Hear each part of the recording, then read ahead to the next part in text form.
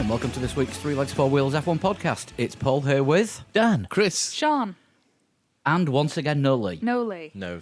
Lee is not well, but he's not... We know. Not as not well, Not as not well as he has been. but not the 100%. No. Just not I think he's been reintroducing normal life into his life. I might have done it a bit too quickly. Yeah. Yeah.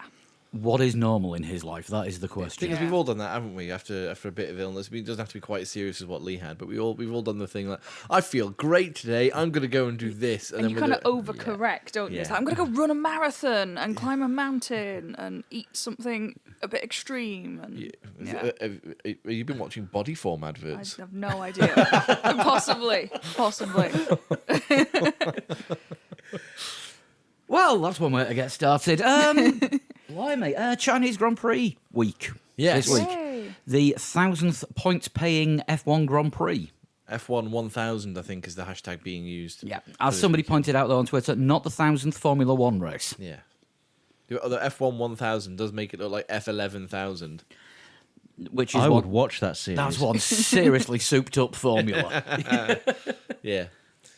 Yeah, no, it's not the 1000th Formula One race, it's the 1000th championship points scoring race. Yes. Yeah. I'm sure we'll have a few things to say about that later, but there are a few sort of newsy Half bits. news stories, tidbits, etc. Yeah. First one being something happening on a Monday, which was McLaren have launched the IndyCar. It's very nice of them to have done it on a Monday. I was really very expecting tomorrow considerate. morning. I saw the renders when I sent them through, didn't I, to you, when I saw that the... Good-looking car, isn't it? It's quite good looking. It's very, very similar, of course, to the Formula One livery, but the... Anyone would think they had a coordinated marketing strategy. Exactly, yeah. But it looks... Given that all Indy cars look the same... That's because they use standardised aero yeah, kits, I know, yeah. It looks like an Indy car. Yeah, it looks quite cool. but, It does painted, look cool. but painted orange. Yeah. I think it'll definitely stand out at the Indy 500. Well, I hope so. I hope there's not another car there painted orange and blue, because I'll get well confused. There weren't any orange and blue cars in that No. kind of colour scheme last night. Scott Dixon's is orange and blue, but that's mainly blue and orange. Yeah, Carlin as well is sort of blue with... Do they have yellowy bits on there? Yeah. And, yeah. No, we should be able to tell. And I've made the executive decision. We are live blogging Indy this year because of Alonso. Okay. And it gets me out of doing a gig that I don't want to do. It's the Alonso factor. So, It's the Alonso factor, and I don't want to do a gig on a Sunday tea time. is it that Sunday? It's again? that Sunday. It's the same day as Monaco, so it's a always long that day of Sunday. blogging. It will be, yes. So the Alonso factor, much like there was in 2017, expect lots of Three Legs, Four Wheels listeners to have questions about IndyCar in the lead up to the Indy 500, because the Formula One contingent watching for IndyCar purely because Alonso's doing it will be quite big. And it's Alonso and actual proper McLaren this time, isn't it? Yeah, it's not McLaren by Andretti. Yeah. It's Alonso in a McLaren-entered team run by Bob Fernley. Yeah. Actual entry with a Chevrolet engine, not Yeah. a Honda this time. I'm not surprised, let's be honest. Although the Hondas did very well this week. in Yeah, what was it? The IndyCar. top 8, top 9 were all Something- Honda engines in last something night's crazy like race? that, yeah. Well, the thing is, even if Honda are superior in IndyCar, you can't have Alonso driving No. a McLaren Honda. No. Not after what he said about them. No. And You can particularly just now that imagine he's he's- rounding turn 3, 20 laps in. Half the pack gets in front of him. Indy Lights engine! Indy Lights engine! It doesn't have the same ring. No, exactly, yeah. Particularly with his affiliation with Toyota as well. Yes. It doesn't help. Yeah, I think, well, Honda actually said they would not provide him with an engine as long as he was driving for Toyota. The other Alonso And I'm news, sure he was really upset about that. I think he was gutted. The other Alonso news is that he's announced he's going to make an announcement about his 2020 schedule in July. Oh, has he? Right. Yes. Yes, He's announced this after doing a Formula One test. He likes the 2019 car. but on the day that his IndyCar gets released. Oh. Significant. I think McLaren will be... I don't think he'll be returning to Formula One. I think he will be doing 2020 IndyCar full season in a McLaren. I think it'll be a full McLaren entry into IndyCar.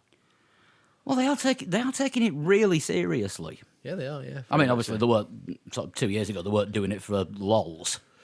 But getting someone like Bob Fernley, a lot of Formula One experience to actually run the whole programme. Yeah, Bob Fernley, of course, used to be the Force India. Yeah, he was the chief. Co-team principal. Yeah, Force India, and he left when the Racing Point takeover happened, didn't he? He was moved aside and out of the company, and then Otmar Schaffner was moved up to become Actual team principal. Yeah, the, actual team the old principal. VJ Malia role where he couldn't attend any races, of course, because he was in his secret bunker. Yeah, exactly. Yeah, it's going to be interesting to see what Alonso does next year. Obviously, it still gives us a good couple months, 3 months of pure speculation, and we are good at that. Yeah. Yay. We'll try and get Fernando Alonso on the show, see if he'll tell us early. I think it's possibly more likely that I'll try and get Adrian from IndyCar UK to come on again, and he can talk us through the Indy 500 closer to the time. That might be a good idea. Yeah, I will have a word and see if we can get him, or if there's any other IndyCar experts that we can find. And if anybody, of course, is signed up, I'm talking the UK mainly here, is signed up to Sky Sports F1 on Sky, you can watch IndyCar if you want to start getting into it a little bit more, because the races are on that channel. Yes, So you can, and it's not all ovals. no, it's not. But you can watch IndyCar if you want to get into it. Maybe learn some drivers' names, or But like Max Chilton, Marcus Ericsson, Takuma Sato. oh shit, Ericsson's going to win it, isn't he? It was 7th this Right in week. front He's of improving. Alonso. That would be amazing. Could you imagine Alonso's face? You've done 2 Indy 500s, and and Takuma Sato won the first, and Marcus Ericsson won the second. It'd be funnier if Max Chilton won it. It might be funnier if Max Chilton won it. Yeah. Oh, Alex Rossi, another XF1 driver in IndyCar at the minute, yeah. And Indy 500 winner. and Indy 500 at the winner. first time of asking. Yes. Xander Rossi doesn't like being called Alexander, does he? Or Alex? It changes from week to week. Okay. I think it was Alexander on the commentary last night. Might have been. Can't remember. Does he drive under an American license, or is he Yes. Italian? Yeah. American. No, he is an American driver. Yeah. Just has an Italian name. Yeah. Yeah, I'm not quite sure where he gets. Well, probably Italy, where he gets the Rossi from. But Yeah. Same place as Spag Bowl. yes, In joke for the patrons. Yes. What else have we got? Well, we'll stay on the subject of Alonso because we like to talk about him. Oh, hang on, Lee's not here. We don't have to constantly talk Don't about have, him, do we? no, we don't have to. But he did take part in the Barcelona test last week. Bahrain. Bahrain test. Why did I say Barcelona? Because that's not happening for about another 4 weeks. No. Yeah, he was not last in a McLaren. No, and he said that he was very complimentary about the 2019 car. Said that all the good things are carried over from the 2018 car, but were amplified. They were, that there's really good stability through the corners, which meant he was able to carry good speed and good acceleration on the straights. All round, a good improvement from McLaren from 2018 to 2019. Carlos Sainz Jr. did the. I think he's progressed beyond junior now. Yeah, he's just I think he's Carlos dropped Sainz. the junior. Yeah, Yeah. well, yeah, but we He's got a sensible grown-up haircut now. Yeah, well, he has, but we'll talk about Alonso getting in the car. I want to make sure that we don't confuse which Carlos Sainz is doing what. Carlos Sainz filmed Alonso getting out of the car, didn't he? We talked about that on last week's thing. So that was a bit of a teaser. It was nice to see Alonso's name. I do miss Alonso a little bit in Formula One now that he's not around. But I also miss Kimi Räikkönen, but he's still there. Is it just me that's noticed that Kimi Räikkönen's barely been on TV since? he did have a good moment, didn't he, in Bahrain on the radio? Yeah. Was it How's the front wing? Well, you tell me. You tell me, I can't see it. Other participants in the test were the only F2 driver this season, Mick Schumacher. Well, nobody else is in F2 because that's all that they were reporting on last week. This is very true. But he did okay. at the test. He was all right. He says that he wants to be a more complete driver before he goes to Formula One, which is possibly one of the most sensible things that he's said because he's only done one F2 weekend. I think there's a lot of pressure being put on him at the moment, Yeah. and especially with all the focus on him during his debut race weekend. It's not. Well, he'd have to get used to that anyway, because if he went anywhere near Formula One, then the world's press would descend Yeah. on Oh, yeah. Melbourne. When it came to him doing his first race in a Formula One car. But you'd like a chance to make your stupid rookie mistakes without everyone watching. So yeah, but closely, wouldn't you? let's be honest, he is going to make it to Formula One. It's just a case of when. I just hope that he's not pushed into the Alpha team say next year, if he's not ready, because that's not right for him. It's not right for Formula One. It's not right for a lot of other drivers who do take their time learning slowly and eradicating their rookie mistakes before them, to get ready before they make the next step up. And Julian Palmer. Yeah. Well, I think Verstappen's a good example of this, though, isn't it? Someone who Yeah. probably found themselves in F1 way too soon and has got this reputation as being someone who makes silly mistakes. And is now well-rounded. Yeah, but those are the same mistakes your standard F3, F2 driver Exactly. would be making Julian at that Palmer. age. Julian Palmer was actually said something interesting on the BBC column today when he was talking about Sebastian Vettel and his spins and things like that. But he compared Max Verstappen's progression over the last couple of years. Like Max had a terrible start to last year.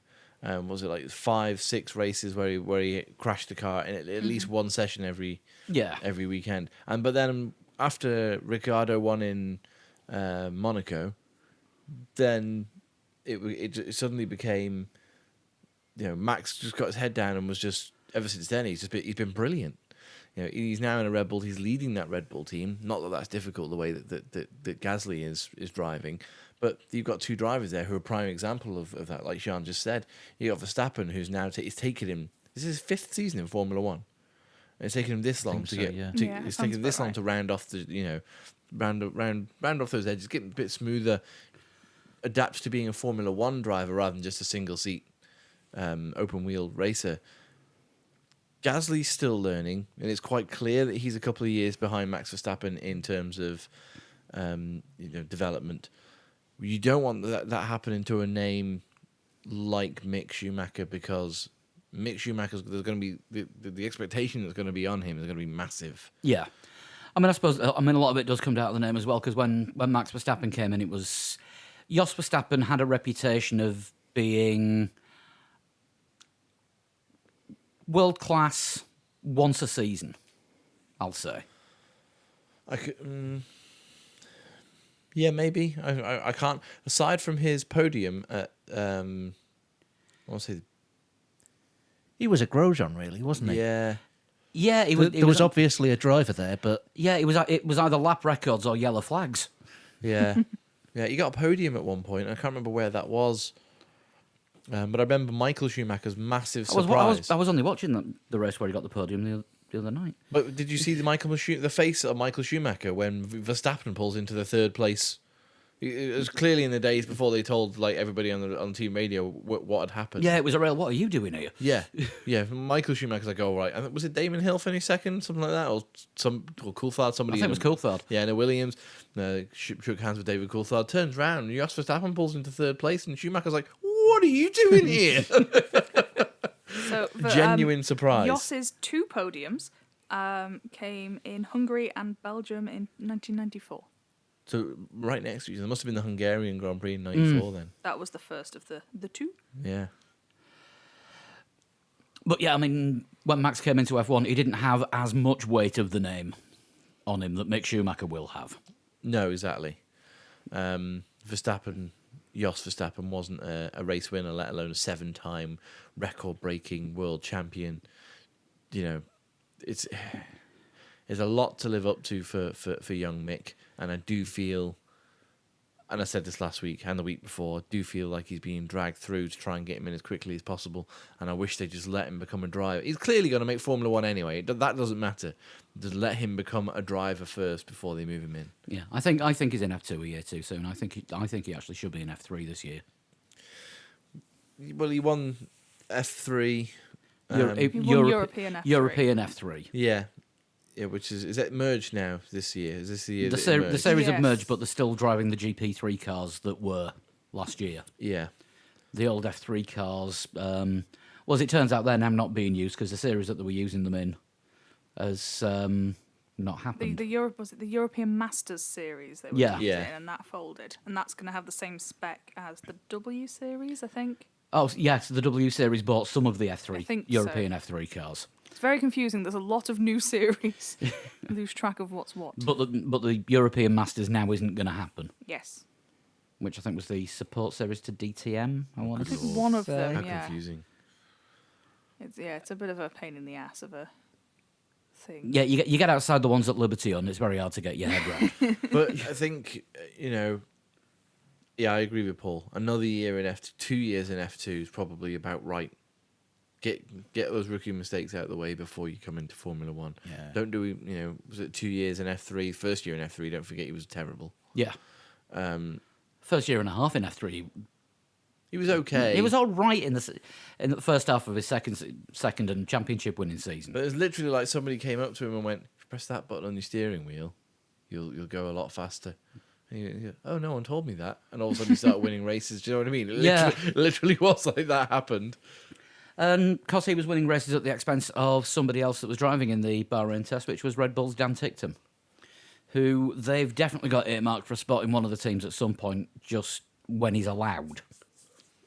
He still doesn't have the super license points. Yeah, he's only just... This is the first test he's done because it's the first time he's had enough points for a test license, which I think is 20-odd. It's either 20 or 25. So, yeah, so he's still got a little way to go to... I don't even know what series he's racing in this year. Dan Ticktum. Yeah. I think... Is he in F3? F3, I think he's in I would F3. think, yeah. I will look into this while you talk amongst yourselves. Was it last year he did Super Formula? He did Super Formula and he did not F3. Yes, European F3. European F3. But he had to win European F3 to get the super license points that And he of course, needed. Mick Schumacher, he is Michael, but Yeah. Mick Schumacher won F3 in European F3.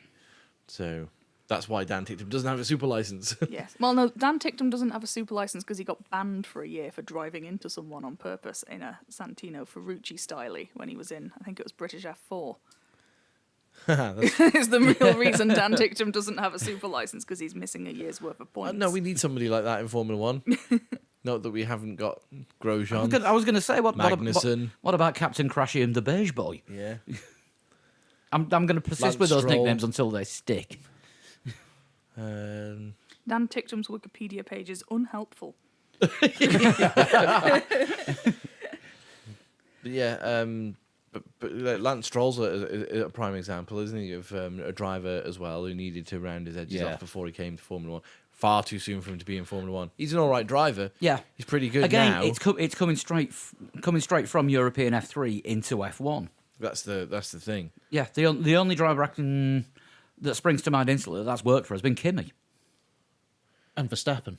and Verstappen. And I think, Although it kind of worked for Kimi straight away, Verstappen it took a few more races. yeah, I think for Stroll especially it's been bad because he doesn't have the reputation or the surname, and he comes with a lot of money, so it's just not giving his reputation any chance to stand on its own. Yeah, he's got to work 10 times as hard and do 10 times better than anybody else just to get credit for being a driver rather Yeah. than If he was someone Lance who's bought his Villeneuve- seat.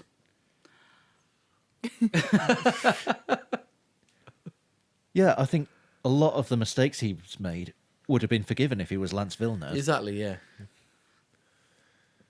I'm just wondering what the Lance Stroll solo album will sound like. Oh, no. There will be one. It'll be the Teen Wolf soundtrack. Yeah, what else did we have in the test? George Russell, slowest on the first day, fastest on the second. Well, what was he great driving? What on? happened to improve him overnight?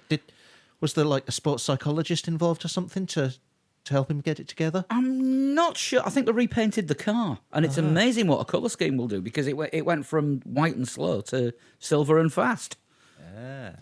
Yeah. White and the slowest to silver and the fastest. Yeah. Unsurprisingly, George Russell, quite slow in a, excuse me, what's going on here? Quite slow in a Williams and quite fast in a Mercedes.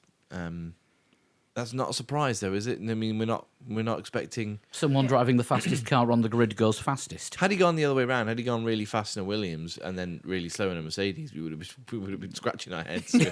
What program did they put him on? why have they put the wrong body kits on those cars? Paddy Lowe swapped garages again. Yeah, still no word about Paddy Lowe. Yeah, And, no one's seen Taken him. a leave what's of happening. absence. His leave of absence for personal reasons. It's obvious he's not coming back. Well, especially as Patrick Head is going to be in the garage in China. Yes, Patrick Head isn't back at Williams full time. It's just a consultancy role. But this will be the first race, like Ted Kravitz, that he will be seen at. God, I saw that Hashtag where's bloody Ted? retweet that you said. The cryptic, but well, it's Sky have it down as notebook, not confirmed whether Ted Kravitz will be back. Sky keeps saying Ted will be back in China. It's not a mystery. It's all one big conspiracy. Yeah, I reckon we start a hashtag this weekend. If he's not on TV, hashtag where's Karoon? Wow. We want our Chandok back. Yeah. But yes, Patrick Head. He was already going to be in Shanghai because obviously it's going to be a sort of fairly momentous race, and Williams had some fairly momentous times in F1 during the 1,000 races. Yeah. But yeah, it sort of coincides with him coming back into Williams, which he is still a shareholder of as well. Do you reckon that's why they hired him? Because there's rumours of financial troubles. And if he's bought his ticket to go already, then it's Don't cheaper have to pay for it. Yeah. It's one less plane Yeah. ticket. All we have to do is pack one extra polo shirt. He turns up with one saying Rothmans. It's like, that's all I have. Do you know what? That would be brilliant. Well, Paddy and Patrick start with the same letters, so Yeah. so they can just sew over them. Yeah. It'll be interesting to see what effect that Patrick Head's return has on them. Obviously, there'll be more shouting. And there needs to be less whiskey on Patrick Head's part as well, because I think he's been enjoying the whiskey since he's retired. Because any interviews with him now, well, you'll see him on TV this weekend. His nose is very yellow. Does whiskey turn your nose yellow? Yes. If too much whiskey turns your nose yellow. Can you just pass me that mirror? I just want to check for yellow. I had a heavy night Saturday and drink responsibly. So yeah, it's a great blend. He's got whiskey nose. So But part of the joy of whiskey is sniffing it. So maybe when you sniff the whiskey, you're absorbing some of the colouring into your Maybe. nose while you breathe Maybe, it. yeah. He's just been bathing his nose in whiskey. This isn't working, is But it? this No. this is what we've got the Ultra HD for, surely, to look at these kind of things. I hope Woohoo! I hope they manage to get Patrick Head on TV and talking and just being his old sort of grumpy kind of self. It's like, well, it's clearly not good enough, is it? We need to do a lot better than this. It's not grumpy, it's curmudgeonly. Yeah, curmudgeonly is a great way of putting it. Clearly not good enough. We need to do much better than this. I'm very disappointed in everyone's efforts so far. It needs to be doubled imminently. But Patrick, you were 1 and 2 on the timesheets, 3 seconds a lap faster than everyone else. Doesn't matter. Should have been 5. Yeah.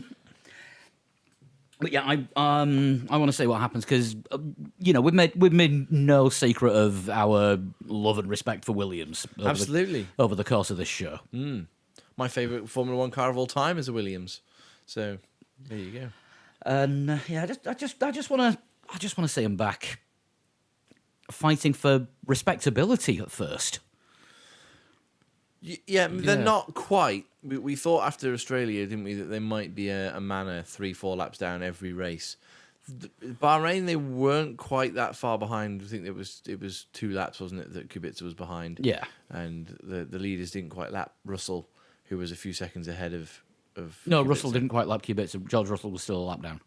That's what I mean. George Russell was a lap down, but Yeah, the the leaders leaders lapped Didn't Kubica re-lap, twice. Yeah. double lap. Yeah, they lapped Kubica Possibly twice. would have done if there wasn't a safety car. Maybe, yeah. But it looks like there's an edge of almost competitiveness there. They're kind of hanging on to the back of the rest of the pack by a thread. But the thing is, the rest of the pack is so mixed up that the team that they were hanging on to the back of in Bahrain are probably going to be like the best of the rest in China. Do you know what I mean? It's that close and amongst the rest of them that Williams just don't have a chance to get in and amongst it. Yeah. They're trying to catch someone different each time. Yeah. Exactly. Yeah. What else did we have? Anyone else notice anything in the testing? Because I was kind of I otherwise didn't occupied. notice an awful lot in the testing. I thought I saw somewhere that Carlos Sainz was either fastest or incredibly fast in his non-Pirelli test. When he had a good run for McLaren on the Tuesday, Yeah. and not as good time-wise for Pirelli on the Wednesday, but you can't really take the times of the teams that are doing the test for Pirelli into account. No, because you can't. No. You don't really know what they're Yeah, doing. they're- with the they're running Pirelli on- test, do you? tyre compounds that we're not going to see on track for months or possibly ever. Yeah. And Pirelli determine how much fuel's going to go in the car and various other amounts of setup. Yeah. Which is why not seeing Alonso last, yeah, that's good, but what did it mean? We haven't got a bloody clue. No, exactly. We don't know. It could have been on, the curtain soft tyres. It means he's faster than a Williams. Yes. But yeah, Carlos Sainz's fastest time on day 1 put him 5th overall for the whole 2-day test, which is pretty good. That's not bad. That's good. It's positive for McLaren. It's what McLaren need. Yeah. I know we were talking about Williams, but McLaren look like they're in the fight now, don't they? To be perhaps a best of the rest at some races, which is great. I think Sainz would be in a stronger position if he can just get the car to the end of the race. That's the issue he's had so far, really, isn't it? Shit Yeah. going wrong. I want to go back to what To you finish said after. fifth, you must finish. Yeah, I want to go back to what you said after the race in Bahrain, where he said if he felt that if he'd made that clean pass on Max, he kind of was blaming Max, but not really. If he made that clean pass on Max, he thinks he could have gone and started hunting down the Mercedes and the Ferraris. He felt that the car had that pace. That would have been interesting to see. A McLaren hassling the Mercedes and the Ferraris up front. Maybe not passing them, but just being within DRS range would have been quite fun. Just so you're just drifting out and having a look, just going into turn 1. Oh, this is fun. That's the kind of thing that might happen this season in Hungary. Possibly. I mean, Hungary is the biggest leveler. In terms of circuit, usually yes. Because it's just not a power circuit, is it? It's Monaco without the barriers, is what they call it. Yeah. So. I mean, obviously, yeah, that's still a long way off. So I've got a lot of speculation and conjecture to come between now and then. Yes. Won't that be We're fun? nowhere near the summer break. I know. It's good. We don't want a break yet. No, we don't. Yeah, first bit of sunlight out there, and we're all getting ready for summer. I know, yeah. Okay, I appear to have acquired a cat. What have we got next? Red Bull airflow issue, and this is down to Max Verstappen's helmet. I didn't know anything about this until just before we until start you recording. brought it up. Yeah, with all the problems with getting the helmets approved before the start of the season, just about all of the drivers that use Arai helmets didn't manage to get theirs cleared in time. And Red Bull have a complete group sponsorship deal with Arai. So Red Bull drivers wear Arai helmets, Toro Rosso, all the pit crews, and anybody basically driving for the Red Bull Young Drivers Programme wears an Arai helmet. However, when the approved Arai helmet for F1 finally came through, Max Verstappen said it made his head uncomfortable and he couldn't drive in it. So he signed a deal for 1 year with Schubert, who are one of the other two big helmet suppliers, Bell being the third. But the problem is, it's changed the airflow over the cockpit because everything was designed with the Arai aerodynamics. Is it that much different? Apparently it is. It's enough to make Red Bull have to make some slight changes to air channeling. Now, what helmet manufacturer does Gasly use? Because if Gasly... Well, he has to use Arai because he's Red Bull. His head's obviously a different shape. Yeah. Yeah, because if they're making changes to the car because of Max's helmet... yeah. Or it could just be that there's different things they're doing on Max's car. Yeah. But if they're making overall changes to the car, then Gasly might suffer. See where you're going with this. Yeah, that's what I was going to say. Yeah, just like pigeonhole Gasly straight away. Well, you've had 2 really shit races, so you're definitely our number 2 Write this him year. off. Yeah. Yeah. How long do we bring Danny Kvyat back into the team? Is that worth it? No, not yet. I'm pretty sure that got mentioned during Australia. bringing Danny Kvyat back into. Oh, it was all over Twitter by about by about lap 50. No, by the end of Q1, I think. when Kvyat was holding off Gasly, wasn't he? Yeah. He passed him and then managed to stay ahead of him. It's just like, okay, that's It's not how it's meant to be. no. But yeah, it had never occurred to me before that the helmets would cause that many aero problems. They do have their own little sort of lips on, don't they, here and there? Sort of lips and winglets and little. Like, they're not supposed to be aerodynamic, but they are. I think Red Bull have just more or less admitted, yes, they are. Yeah.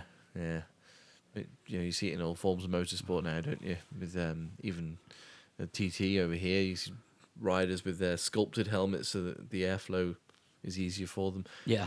I understood that was to stop their heads from buffeting around so much when they're doing high speeds.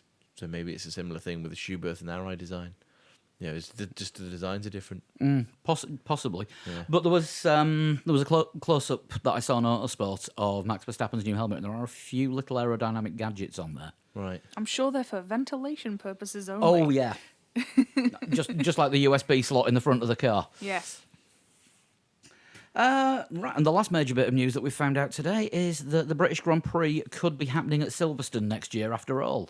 Could be. Yeah, the No one is shocked. Financial Times is reporting that BRDC, the British Racing Drivers Club, who own Silverstone, and Liberty are getting close to a deal, which would be good. It would. Last anyone heard was there were $3 million a year apart in the negotiations. Liberty wants 18 million a year. The BRDC are only prepared to go up to 15. Yeah. But Liberty apparently are going to offer some extra concessions to the BRDC with money that they can keep from hospitality packages. Okay. So it's kind of a commission scheme. So if you sell it, you can have the cash from it. I'm sure they will. I think it's the best bet to have it at Silverstone, especially when the other alternatives were a street race round the Olympic Park or the London Stadium as it is now No. in East London, a street race round Cardiff. Which I don't know Cardiff at all. I don't think I've ever visited Cardiff. Can't bring it to mind. So I would have no idea where they would be planning to put I that have circuit. been to Cardiff on multiple occasions, and I have no idea where the fuck they think they'd be putting it, to be honest. So, Is there any sort of central sort of monuments you think that they might go around? I mean, the big stadium, the Principality Stadium, is right in the town centre. So you can't really be... Isn't it right next door to Cardiff City's football stadium It's as not well? a million miles away from that, yeah. So, not quite sure what the plan is. Well, you kind of there, got the but- stadium district because there's Cardiff Arms Park Yeah. right next to the Principality Stadium as well. Oh, okay. But yeah, the roads round there probably not really big enough for F1, but Unless they went into the stadium. they have done that. I have been to the Millennium Stadium, as it was called then, for a round of the World Rally Championship. Oh, okay. They did do that once. Yeah, like a race of champions sort of thing. Kind of, yeah. Yeah, just like a short Super time stage, trial. special Yeah. stage, yeah. Unfortunately, because it has a roof that closes, no one thought to leave the roof cracked slightly, and it filled up with fumes, so that was quite fun. The stadium filled up with fumes. No one thought that maybe driving cars indoors. A bit gassy. Yeah. Yeah, no one had twigged that. They had to open the roof halfway through. Did they cancel the barbecue as well, just to be on the safe side? Not that I don't think there was a barbecue actually. But Probably for the best. yeah, So, yeah, it looks like this major aggro over the British Grand Prix could finally come to a positive conclusion. Because there needs to be a British Grand Prix, I think. Yeah. I don't think it's... I'm not just saying it because I'm British, but it is one of the races I don't think you can get rid of. Because the calendar's felt wrong in years when France, Germany and Belgium haven't been on there. Having said that, I did kind of get used to there not being a French Grand Prix. Although it was nice to see it come back. Was it last year? Yeah.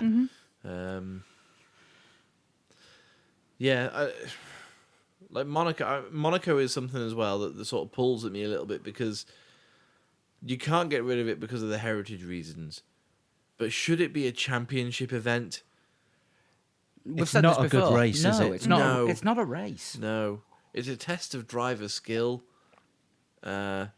Which But no- possibly is something you should have. Yeah, but in a- nobody overtakes. I think it's a test of qualifying more than the race, isn't it? Yeah, pretty much. Yeah. Kind of a glorified time trial. Then again, the British Motorcycle Grand Prix used to be the TT, and that was the only race on the calendar where you were actually racing against the clock and not racing against everybody else that was on the circuit. Yeah. It used to be around with the World Championship as well, didn't it? The Isle of Man TTs. Yeah, until 76? Something like that, yeah. A long time ago, anyway. Before most people in this room were born. Yes. Oh, Most. I'm so old. When it was the 500cc World Championship, because they were powerful bikes. Leave me alone with my nostalgia. Let's talk about what's happening this weekend then. Yeah, have a quick, a preview of the Chinese Grand Prix, Yes, race 1000, or hashtag F1 1000. which is F11,000. Yes, still wrong. And race 250 for Toro Rosso. How the hell have Toro Rosso done a quarter of the Grand Prix? Or a the quarter of history. the point scoring Can Formula we One just World say Grand Prix? Championship It's a Grand lot Prix. easier without footnotes. Yeah, I think obviously Ferrari are the most ever present, aren't they? They've done not quite 100%, but as close to. Yeah, more or less. And then you've obviously got the heritage teams, McLaren, Williams. They've all done their fair share. Renault, in different guises as well, will be responsible for a large portion of that. Yeah. But Sauber have been. Sauber have been around for a while, but Over now 25 Alfa years? Romeo. So Yeah. I don't know how that works. They've even changed their Twitter handle because I went to tweet the Alfa Romeo team today, and they're now no longer at Sauber F1 team. They've actually They are got round now to at changing Alfa it. Romeo Racing. I said, "Oi, when are you going to get some merch on on the shop? I need to clad myself in Alpha gear." Have they replied? No, Bastards. no, they didn't. I didn't tell Izzy this because I don't want her to know I'm going to spend money buying Alfa Romeo. No, Coats. I've always had this jacket. yeah, I got it with This the car. brand new 2019 jacket. It came with the car. It's just been in the boot the whole time. No, I don't think that'll wash. But yeah, there's going to be a lot of heritage displays and things for it being the 1000th Formula One race. I don't quite know what the program's going to be, but expect to see lots of old footage of Formula One races and what was the 500th race? Did we discuss that last week? Yeah, Adelaide. the 500th was Was it Adelaide? Adelaide 1990. Just crazy, that isn't it? Yeah, I'm trying to find. I probably should use the laptop for this rather than a phone because you get a bigger screen. So What percentages of races? that percentages teams of have races done? by team and notable races. So talk amongst yourselves. I'm just going to do some left-handed googling. This should probably have been pre-planned. so but we yeah. don't So, pre-plan the Pre- podcast. Presumably, the smallest proportion of races would be Racing Point. Yes. Well, yes, that's true. Yes, I would hope so. Yeah, I can't think of anybody who would have done fewer races than Racing Point. Or, unless we're counting Alfa Romeo. But Alfa Romeo, Alfa Romeo have old Alfa Romeo, though, don't they, as well? yeah, Alfa Like Romeo did. 1950s Alfa Romeo. Alfa Are Romeo they the won same team, though? Not really. They've got the same company, name. isn't it? Right. They won the very first championship They in did. 1950. There are some teams that only entered one Grand Prix, Yes. and some that even entered one Grand Prix and didn't qualify. No, Lola actually had two different entries. Ah. MasterCard Lola In 97. in '97 entered one, didn't qualify, didn't turn up for the second. I'm just looking for any notable names. Nope, nobody I've heard of. Andrea Moda, were they around for a season? I think they lasted more or less a season. Let's see. Scuderia Italia. Slow down. Andrea Moda actually entered 12 and started one. Started Wow. a race. They started a race. Did they finish it? No. No. Pacific, were they around for 2 seasons? 94, 95. Did Pacific actually get to the end of their second season? I'm not sure. Simtech. Oh, Pacific. Yes, they were around for 2 seasons. 33 entries. 33 races entered, 22 races competed Wow. It's a good effort. It's not bad. With Giovanni Lavaggi driving for them. in. Simtek, 21 races, Yeah. season and a half. I think they dropped out in the 95 Monaco Grand Prix, Yeah. I want to say. But yes, Racing Point, Fewest percentage. yes, two entries, but 100% starts. Well done, Racing Point. Wow. Good effort. Yeah, so it looks like they were still Force India at the end of last year. But yeah, Toro Rosso, 250 races. That is impressive. Red Bull themselves, 268. So there was only one season between Red Bull starting and Toro Rosso starting. I forget Yeah. that. Yeah. Because That's a quarter of all Formula One history has featured both Red Bull teams. Wow. That's just a bit mental, that, isn't it? yeah, Ferrari have entered 974 races. So 97.4%. It'll be 97.5% at the weekend because this is up to Oh yes, Bahrain. of course, yeah. McLaren 848. That's good percentage. Williams 701. I said roughly 70%, Yeah. so I'm Yeah. all right with that. And the three different incarnations of Renault, the 77 to 85, 2002 to 2011, and current Enstone team, 367. So yeah, a it's good chunk. It's a chunk, but it's only 100 more than Red Bull have managed. Yeah. So, yeah, I'm actually surprised by this, that Ferrari haven't been at every race. I don't think they took part in the first season, did they? Yeah, I think did they not take a couple of years to get going? Yeah, they missed the first 3 seasons. Yeah, Alfa Romeo won the very first season. I know that much. And then I think did Mercedes win the second season, or was that Maserati? It would have been Maserati because Mercedes made their debut in 1954. Okay, so yeah, a few years into Formula One. Yeah, Alfa Romeo were around for the first 2 seasons, Yeah, which is that's what it's being counted at on the. but Alfa Romeo that's Racing is significant. apparently since 1910. I don't know how. So let's have a look for some memorable races. Notable races in Formula One history. What numbered races? So you've got Yeah. a few to pick from here. 999 of them. Yes, but as we find out in Total Shunt every week, we only remember about 300 of those. Well, this is true. Yeah. No, a bit more, because I can remember long before Toro Rosso were a team. Yeah. I can remember But can you remember every Toro Rosso race? and their exact positions. Yeah. No. Let's have a look. This is what we need Sean Kelly for. Yeah. He does remember every single Toro Rosso race and their exact positions. So it took into the 11th season to get to the 100th race, which was in 1961. Yeah. 200th race, 1971. Okay. 300th in 1978. That was the South African Grand Prix. 400th was the 1984 Austrian Grand Prix. 500th, 1990 Australian.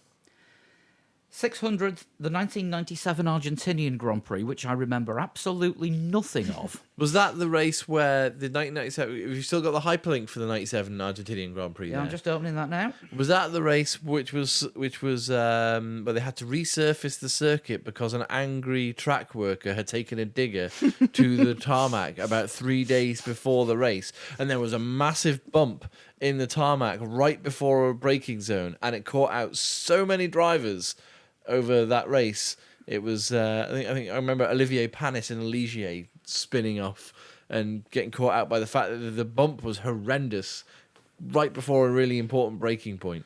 No, it wasn't that one.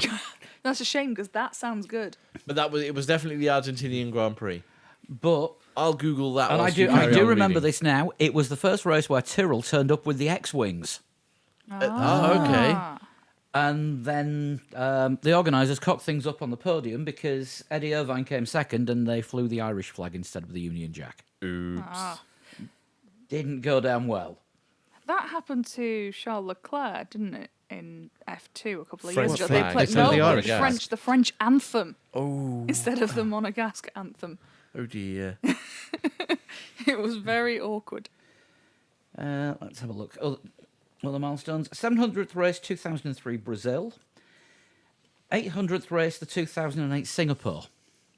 Ooh, that's a 2008 Singapore. That was the 800th memorable race. for a mix Oh. of reasons. We all remember what we were doing when yes. that one was on. 900th, 2014 Bahrain. And, of course, the 1000th race this weekend. 2014 Bahrain. Yeah. I Was don't the remember it 900th as race. such. It's crazy, isn't it?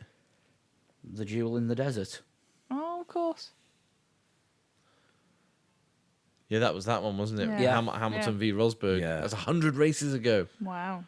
Really good race, that one. It was. I do know an interesting stat from the last 100 Grand Prix. Lewis Hamilton has won 52 of them. Jesus. That is just very hard to get your head around that he's won More than half. more than 5% of all races. In the more than half. Well, yeah, more than 5% of every all Grand Prix. races. Yeah, of all races. Yeah. Well, Michael Schumacher won 9% of all races. And this isn't a sport that's dominated by one person at a time, honest. No, absolutely not. I mean, that's the thing, though. Mercedes have been the dominant force and they will win races. So, anyway, China this weekend. Yes. Are we going to see the sort of continuance of Ferrari coming back after the poor start in Australia? Or was Charles Leclerc pushing things too far, and that's why the short circuit happened? That short circuit sounds like a glitch in manufacturing, doesn't it? It sounds like they've just made Because a short something circuit wrong. usually Yeah. means a fire. Yeah. Let's be honest. That's what it usually means. Yeah. But it didn't mean that in this case, somehow. Well, it does depend what short circuits. Because if you've got a short circuit on a low voltage part of the car, so electronics rather than electrics, I see, yeah. then you lose control of things like deploying energy from MGUH, was it that went pop, or MGUK? MGUK, I Yeah, think. MGUK, Yeah. I think it was, yeah. Or was it a short circuit to keep the title chances of number 5 still alive? 90s reference. Nice. Oh, I'm going to get tweets for that one. And you will deserve them. Yeah, I probably will, you're right. But yeah, do we think that Ferrari can sort of... I mean, they looked much better than Mercedes. Do you think they're going to be able to keep that up? I don't know. Mercedes have this knack, don't they, of being like, 3/10, eh? We'll just eat that up by the next race. Yeah.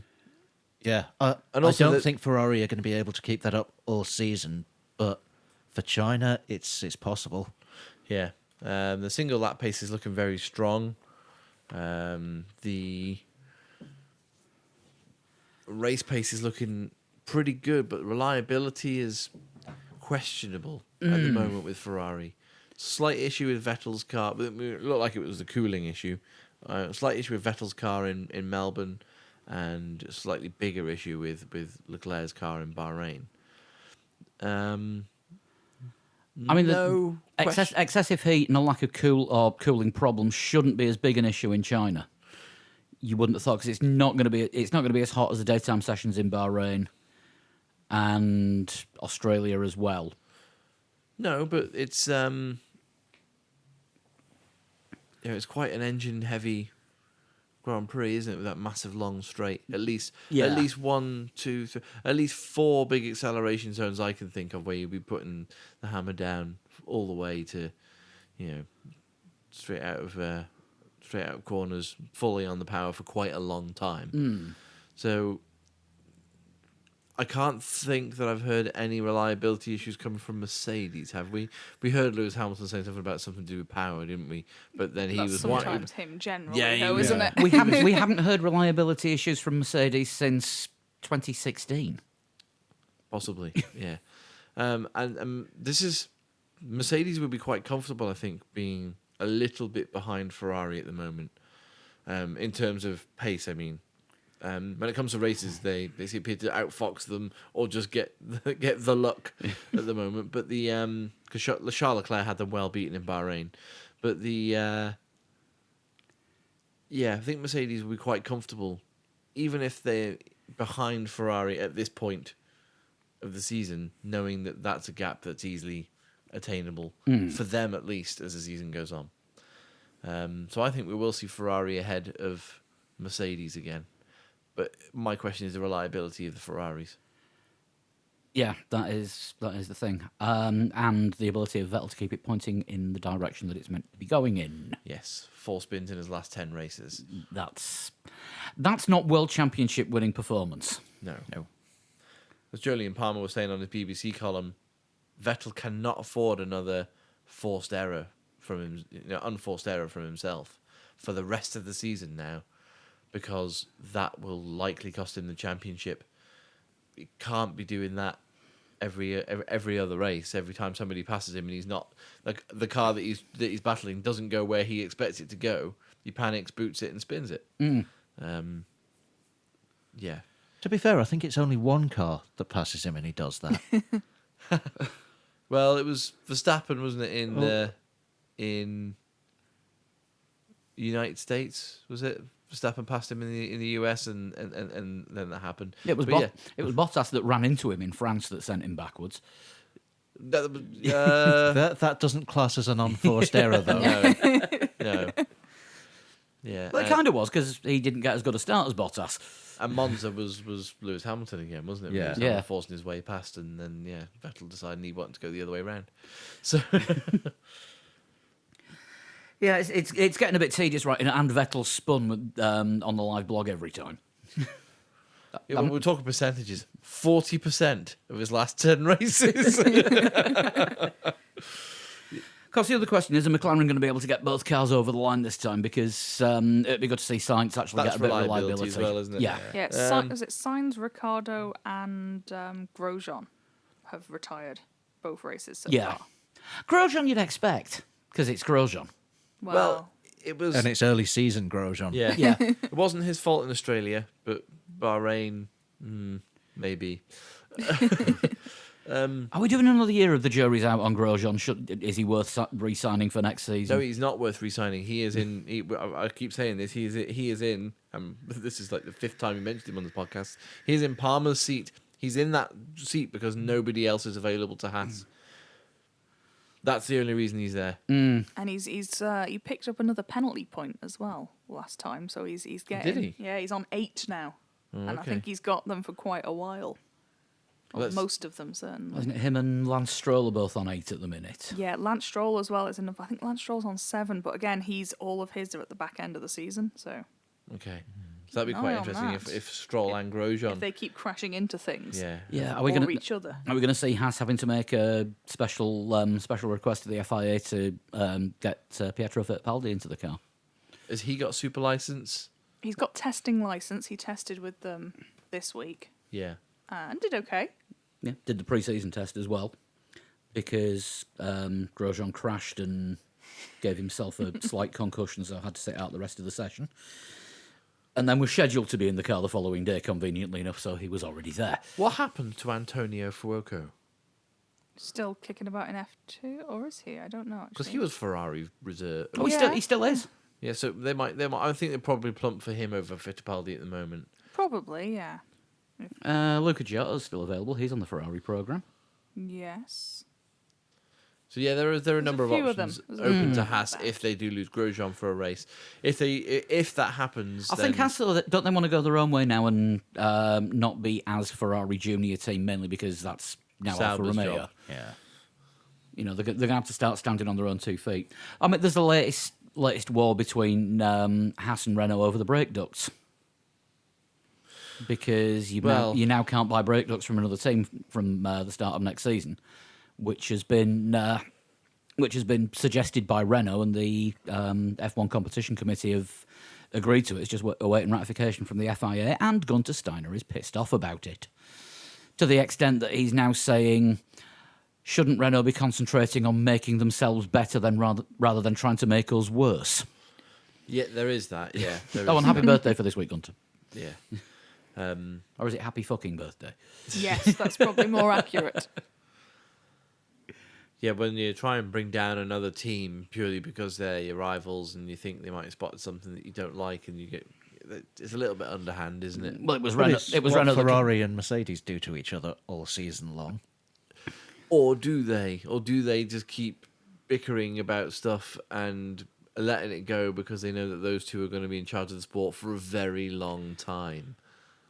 I think with Ferrari and Mercedes, it's bickering. It's not actually going and complaining all the way. Because, I mean, the main complainer in Formula One about other teams and is something slightly illegal throughout the years has been Ron Dennis. Yeah, absolutely. And Ron Dennis would march. He would very visibly march into the FIA steward's office if he saw something on a Ferrari that he thought was wrong. He would make sure that the cameras saw him walking into the the technical office. I remember Murray Walker saying once when Ferrari did something slightly iffy that Ron Dennis was at this very moment lacing his trainers up to run to Charlie's office. Yeah, I wouldn't be surprised. So yeah, it will be interesting to see what happens.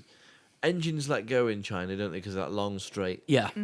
Danny Kvyat had both wheels came off the front of his Toro Rosso a few years ago at the end of that straight. I think that was Buemi. It was. that It had was the Buemi. the wheels coming off. Last year, of course, the Toro Rosso drivers hit each other on the hairpin. at the end of the long straight. Yeah. I've got a feeling Vettel may have spun that race as well, but that was a Verstappen incident. yeah, but I Yeah. think Verstappen gave him a help. Yeah. Well, that was at the start of the season when Verstappen was being crashy. He was. Yes. Yeah, he was being very crashy at the beginning of the season. Yeah. I don't know. Good overtaking as well sometimes in China. As Yeah, good we saw overtaking last year with and- Ricardo. Yeah, and this DRS is a lot more powerful in this year than it has been at any other year. So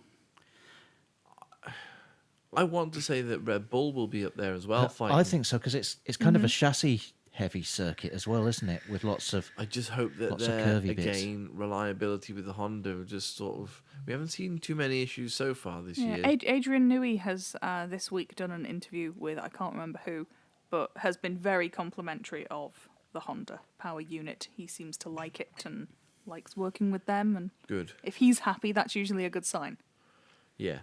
And Yeah, I think we could be in with a chance of seeing good things from Red Bull this weekend. Or from one Red Bull. as long as yeah. Verstappen's helmet doesn't get in the way. Yeah, good point. Yeah, Gasly. Verstappen's massive non-aerodynamic helmet. It would be good to see Gasly score points. Let's put it that way. If that in itself is not a Twitter account, Verstappen's massive non-aerodynamic helmet, it should be. It probably will be within about 10 minutes of this show being listened to. At the very least, a hashtag. Shall we have some predictions? Oh, God. We can try. I'm always going to land the predictions. Lee has go sent pass his me a through. pen. I can give it a go. I have two sets of predictions on my phone. Right. Firstly, I have Lee's, because he sent them through earlier. Yes. And he said Stroll, Oh. Sirok... Not sir. He's still on the good drugs. Sorry, reading last That was year's. last year, yeah. He is going for a Hamilton win, Charles Leclerc second, and Bottas third. That is on our chat thread, so you can Yes. verify that. Yes, yeah. But that's what he sent through. And our guest predictor this week isn't the one that we were hoping for because somebody forgot to send a text that actually wasn't me. It was the person that was meant to be getting them. So instead, this week's predictions are coming from... As Paul when tries to I find the the name. bloody tweet, regular listener Jeff Sharp. Good old Jeff. Jeff. And he is going for a Leclerc win, Vettel second, and Hamilton third. Interesting. Okay. So, who are we going for in here? Who's going first? Dan's just taking a big breath. Yeah, I'll go with Vettel win, Okay. Hamilton second, Verstappen third.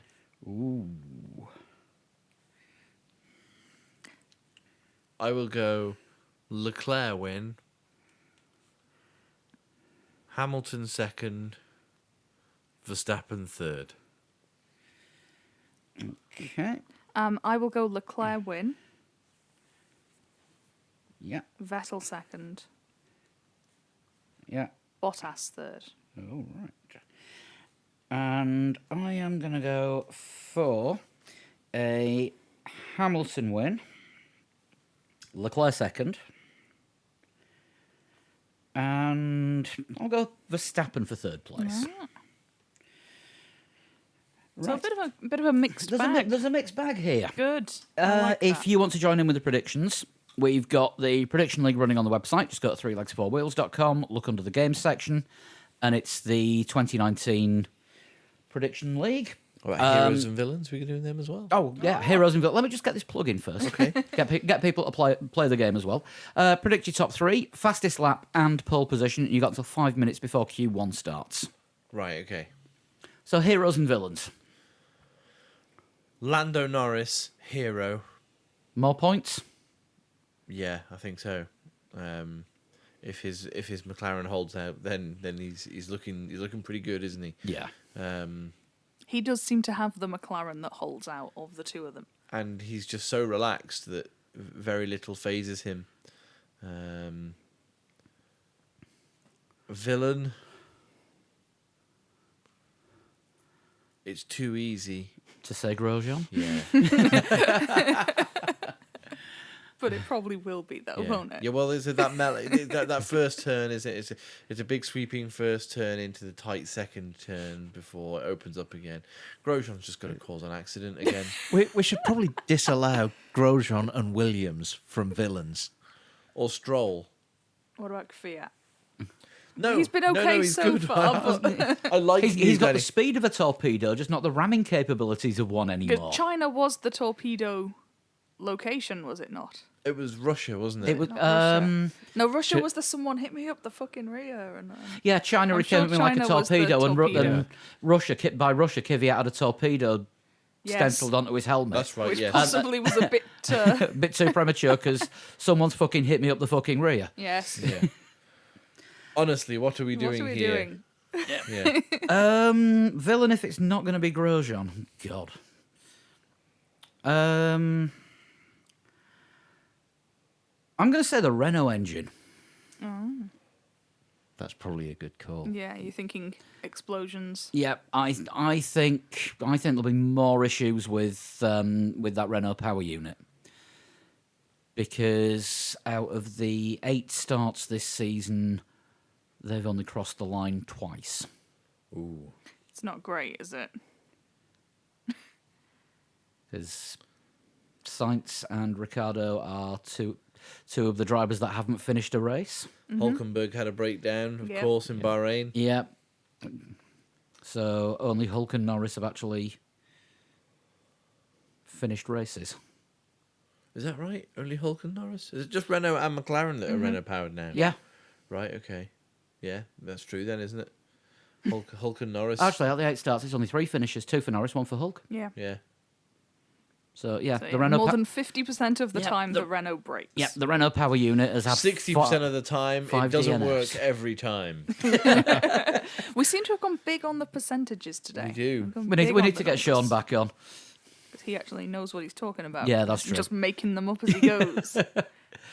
Anyone else got any potential heroes and villains? I'm going to throw Kimmy into the mix as a potential hero. I think we've just been talking about him being a bit quiet so far, but I think he maybe now that he's settled into the team and they've had a few issues, maybe if he gets a car that actually works. Well, he's clearly the better of the yes, alpha drivers. very much Yeah. so. Giovinazzi, I don't want to write him off at all, but he's Just a lot less experience. yeah. a lot less experienced. Whether he's just taken a little while to find his feet because he did have a year out not really doing anything. Whether he's just taking a little while to find his feet again in racing, that would make sense. But Kimmy's definitely the driver that spearheading that team, as we thought he probably would be. There's no sort of like Charles Leclerc's doing at Ferrari. There's no sort of like youngster coming in, nudging Kimmy out of the way. Kimmy's by far at the moment the driver at the head of that team. I reckon we're going to have a villain in stewarding decisions Oh. because they've been being very lenient and They've been told to be apparently. yeah, so someone's going to get upset that they're being all lenient and not enforcing the rules. Yeah, let them race. I can't remember who it was that was saying this week that the stewards do need to crack down a bit more, otherwise Formula One We'll get like will Formula get like E. Formula E, where it's not just rubbing his racing, it's ramming somebody that hard that you actually push them into the barriers and then you carry on and flip them the bird as you go past. Is racing. Not the sandbird. I was going to say And not flipping bird. no. No. No, don't. We have all heard. Yes. Yeah. Yeah, it's going to be a good one because China usually do get a good race, Yeah. and the weather's going to be unpredictable. It's usually a bit of a mixed bag, isn't It's it? usually You get foggy, some, isn't it, in some China? dry It's- sessions, no, some wet that's sessions. smog. That's just pollution. Yeah. I remember Lewis Hamilton saying a couple of years ago, said this is like the 12th time they've come to China or something like that, and it was just like the city changes beyond recognition every year. So it's only when we get near the circuit we go, all right, yeah, here's some landmarks we recognise. Maybe the city just looks like it's changed, and the smog's just in different places, Maybe, so you're not maybe. able to see it. You just And- see a different part each time. Yeah, and of course, let's not have a repeat of somebody parking a Land Rover at the end of the pit lane. no, Jensen Button had a lot of things to say about yeah, he that. did. There's a fucking Land Rover at the end of the pit lane. I think I seem to remember hearing. Was it China as well a few years ago where someone decided that they thought they could have a go and just Yes. walked onto the track? Yeah, he was sick of. He said he was sick of it always being the same ones, and he wondered when it was his turn, so he Not went to how it queue. works. It's not like jury duty. You don't just get called up every now and then. Yeah.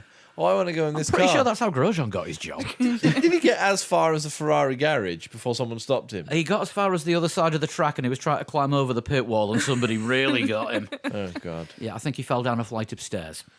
Yeah, must have done, yeah. Fallen down. Right, if you want to join us for the race, I will be doing the live qualifying blog on it's 7 o'clock Saturday morning UK time, so I'll be doing that from about 6:30. The race is, 8 o'clock? The 8 race is 10 a.m.? past 10 past 7. 7. Or 10 past 7? 10 past 7 on Sunday, which I'll be blogging. Chris, will you be joining me? Yeah, should be, yeah. Sean, I'm guessing you'll be here. Yeah, probably. And Dan, you won't. I won't be here. I might be on the blog, or I might not. All options open. Schrodinger's Dan. He will be there or not. I think that is about that for the preview, isn't it? I think so.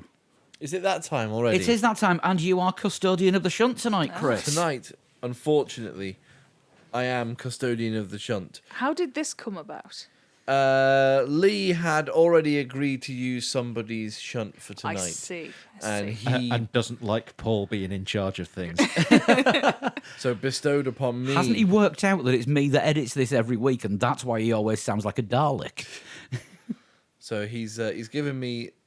He's not only has he copied everything into a message for me, he's also given me the whole screenshot of the message So you've got it in word form and in picture form. and in picture form, so I can refer to both if I need to. So tonight's shunt was sent in by Santeri Unasti. Regular. It's pronounced Formula "oh nasty," Mia. by the way. Santeri Onasti. Yeah, he sent me I'm a tweet sorry, because I've Santeri. been asking how badly I've been mangling his name recently, but it's Santerio Nasty. Santeri Onasti. Yeah. Sounds like an So he's Irish. Irish. name. I was born in 1943. So a while ago then. So about 7:45. Yeah, roughly about 7:45. So, So probably what's this raced in age in the then? 70s. Yeah. I was the first from my country to qualify for a Formula One Grand Prix. Well, you probably would have been at that time, wouldn't you? Now, bearing in mind, Santeri is from Finland. Ah, yes, that's a good point. Now, whether that helps us or not, Yeah, worth considering. Ready for the next one? Yeah. Yes. Yep. Qualifying 25th, I and an Australian, Vern Chupin, were only allowed to start because of PR reasons and my good relations with the local motoring community. Open brackets, Swedish Grand Prix, 1974. Close So brackets. we are probably looking at someone from the Nordic neck of the woods. Yeah. I will need a guess. Oh shit, yeah. So this is a Grand Prix in 74. It's quite long-winded, that third one. I'll read it for you again. Yeah. Qualifying 25th, I and an Australian, Vern Schuppen, were only allowed to start because of PR reasons and my good relations with the local motoring community. Swedish Grand Prix, 1974. So, would there have been maybe a Swedish team? I don't think there's ever been a Swedish team, has there? Don't think there I'm has. trying to think of PR reasons why 2 drivers at the back would be starting. In 74, possibly, if it's a Swedish driver, looking for Ronnie Peterson. Were there any Swedish drivers before him? Was he not a bit more recent than 74? No. Okay. No, that would be about right, wouldn't it? And 'Cause- 74 for someone born in 43 would make them 31. Which was about the usual Yeah. starting age for drivers. I was watching highlights of. I think it was actually the 74 British Grand Prix on YouTube the other day, and the number of drivers with comb overs was just shocking. So you got a guess, or Should we go with Ronnie Peterson? Can we name another Swede at this point? Not from Marcus not No, I Ericsson. think- not from that long ago. No. Yeah, should we go Yeah. Ronnie Yeah. Peterson for this one? okay? So Ronnie Peterson's your first guess. Clue 4 is a little vague. This is how we like them. I began my four-wheel motoring career driving a Volvo Amazon and even visited the Monte Carlo Rally. Volvo is a very Swedish way to go about your It business, is, isn't it? and is it very vague saying four-wheeled career? Because Ronnie this- Peterson drove the Tyrrell that had Oh, I 6 see, wheels. I see, interesting. It does also imply potential motorcyclist. So it's either somebody who was on motorbikes or in a Tyrrell. Someone who had more wheels or less wheels. We'll do a Tyrrell special show one day and call it three like 6 wheels.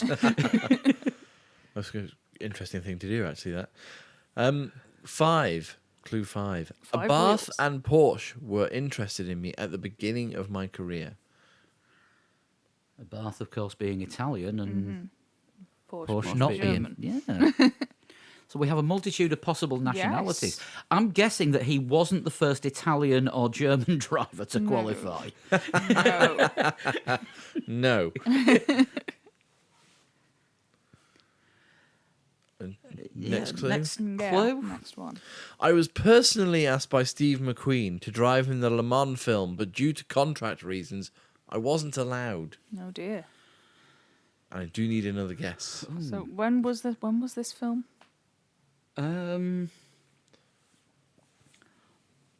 Pass. Yeah. I want to say early 70s. Okay. So if I've this not, is someone, I've not seen it for years. if it was potentially early 70s, and this is someone who made their Grand Prix debut in 74, that does imply they were doing something of note previous. Yeah, I mean, If it they've could. attracted the attention of Hollywood. Yeah, I mean, it could be one of the 90% of the Finnish population that was a rally driver. Still 4 wheels, though, the rally. Not all necessarily all in contact at the same time, but True. still very much 4 wheels. I can't think of any Scandinavian or Nordic bike races there.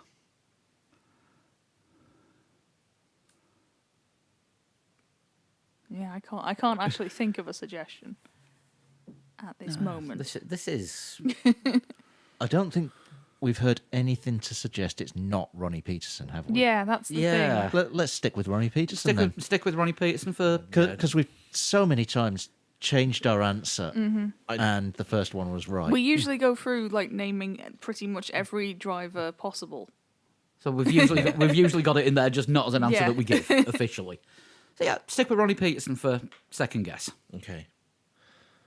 I won the Nordic Challenge Cup, predecessor for the Interseries European Can-Am, with 2 wins Sports cars. and a second place after a close battle with Jochen Rindt at Kimola Motor Stadium. Well, now, firstly, there's a stadium that has an obvious sponsorship opportunity with Fernando Alonso. Kimoa Stadium. It could be Kimoa Motor Stadium. Kimola Motor Stadium, it might be. I do apologise for my pronunciation is not quite correct. It's all right. The guy that sent it, and I've been mangling his name for weeks. And everyone else on Formula Lee. Next one. I usually get Ayrton Antonucci's name right. If I was to pronounce Ayrton wrong, I'd stop Well, doing Murray this. Walker did for a while. Yeah. Started calling him Ayrton. But shall we have the next clue? Yes. I and Pedro Rodriguez won the won the World Sports Car Championship for Porsche in 1970. I misheard you at the start of that and thought you said, I am Pedro Rodriguez. No, and I'm thinking, this is a good clue. This is I actually and helpful. or it should be correct. I'll grammatically correct this. Pedro Rodriguez and I won the World Sports Car Championship for Porsche in 1970. So this explains why they were involved in the Steve McQueen thing if they were doing... If they're doing world sports cars, because Yes. that's obviously what Le Mans was at the time. Yes. And Can-Am. There we go.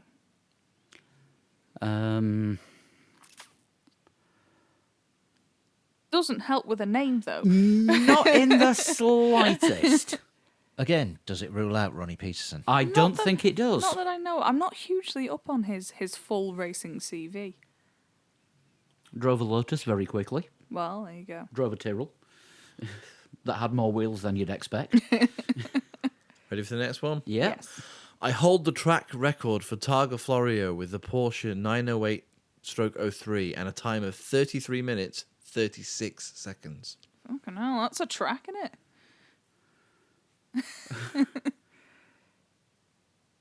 I don't know if that's quick or not. I mean, I'm If it's thinking, the lap record, you'd think it would you'd be. think it probably is quite quick if it is, as you say, lap record. What was the name of the track, sorry? Targa Florio.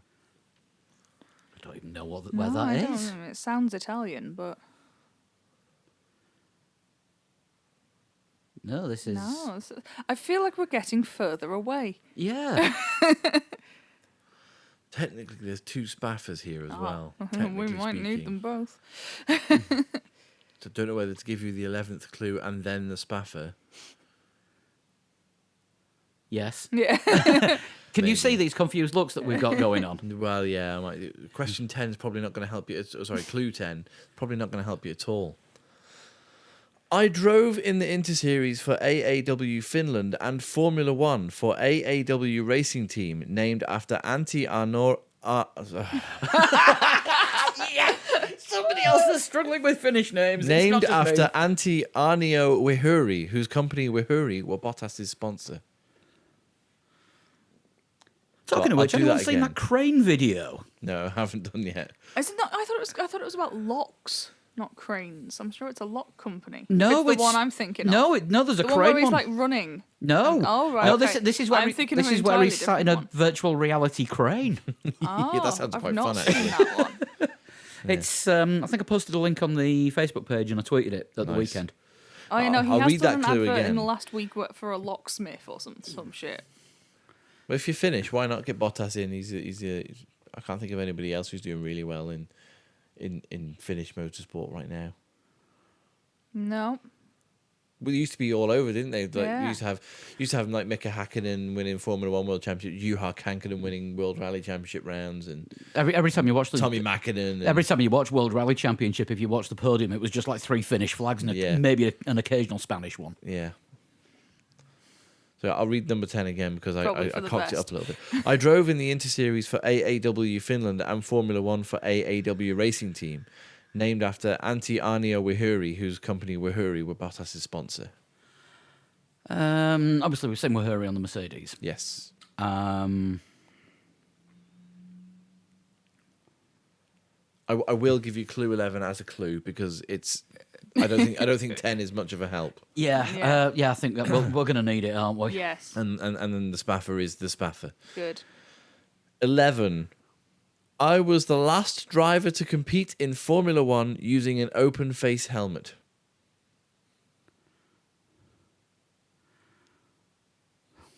That has not helped me. Francois Seaver was the last driver to compete in Formula One wearing leather gloves. Yes. Thank you, Sean.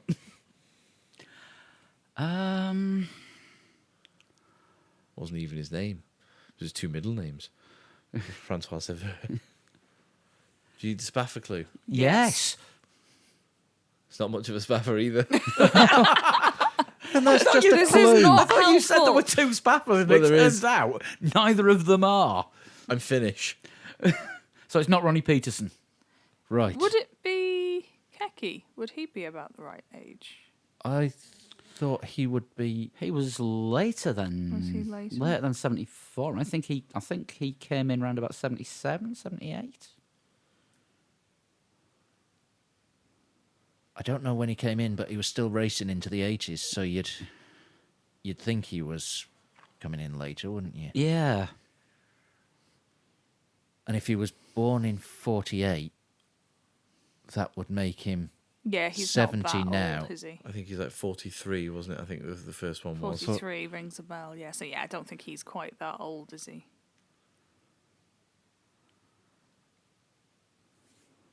No. Can we name another Finnish driver? Well, yes, but not from that era. Yes, that's it. Going backwards, not coming forwards. Yeah. I'm afraid I am struggling. I think Keke Rosberg is the only Finnish driver that was active in the 70s that we could go for. I can't name any others. Nope. Yeah, I'm pretty sure it's wrong, but So for half a point, you're going for Keke Rosberg. Are you Keke Rosberg? I am first Finnish F1 driver, Leo Kinnunen. Have heard of him. Bloody hell. Santerio Nasty, you got us. Well done. That was a damn good one. yes, Was. very much so. Is that 2 weeks on the trot we've been Yeah. got? Oh no, did Yeah, you not 2 get it weeks. last We week? didn't get either? last Oh, week. no. No, we didn't. That is remarkably poor. Thank you, That was- Santerio. Yeah, tricky, very tricky. Brilliant one. If you want to send in a total shunt, then Lee kindly requests that you send a Twitter direct message to @atotalshunt. If you want to send a spare one for weeks when Lee hasn't promised someone that he'll read one out and I can keep them in reserve, you can email them to 3legs4wheels@gmail.com. And you can get in touch with the show on that email address as well.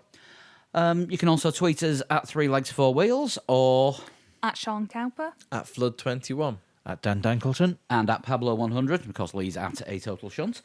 And we're on Facebook as well. Look us up there. Give us a like. Facebook.com/3legs4wheels. We're on Instagram. However, I must say, if you're not watching the race live on Sunday and you don't want to know the result, maybe don't look on Facebook either. I would say don't go on the internet. In full stop, Yeah. don't go on the internet. Avoid the internet until you've seen the result. Yeah, because a friend of mine does no internet. No, is it no internet Mondays when Game of Thrones is on? Someone has sex with a dragon. That's all you need Yeah. to know, innit? Probably. Yeah. The dragon is their sister. Who's also their best friend's dog. This is why I've only ever watched one episode of it. I can't follow the incest patterns. It's not as good as They everyone are makes many out. and varied.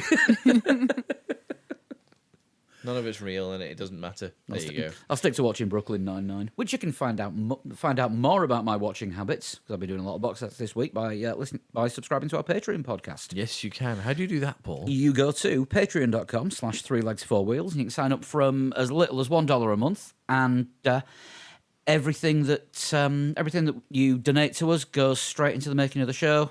Pays for things like microphones, cables, software licenses, more spare microphones. We're good at breaking them. Well, not intentionally. Not intentionally. They're good at breaking down on us because They're good at breaking down because they get used to them. they get that much use.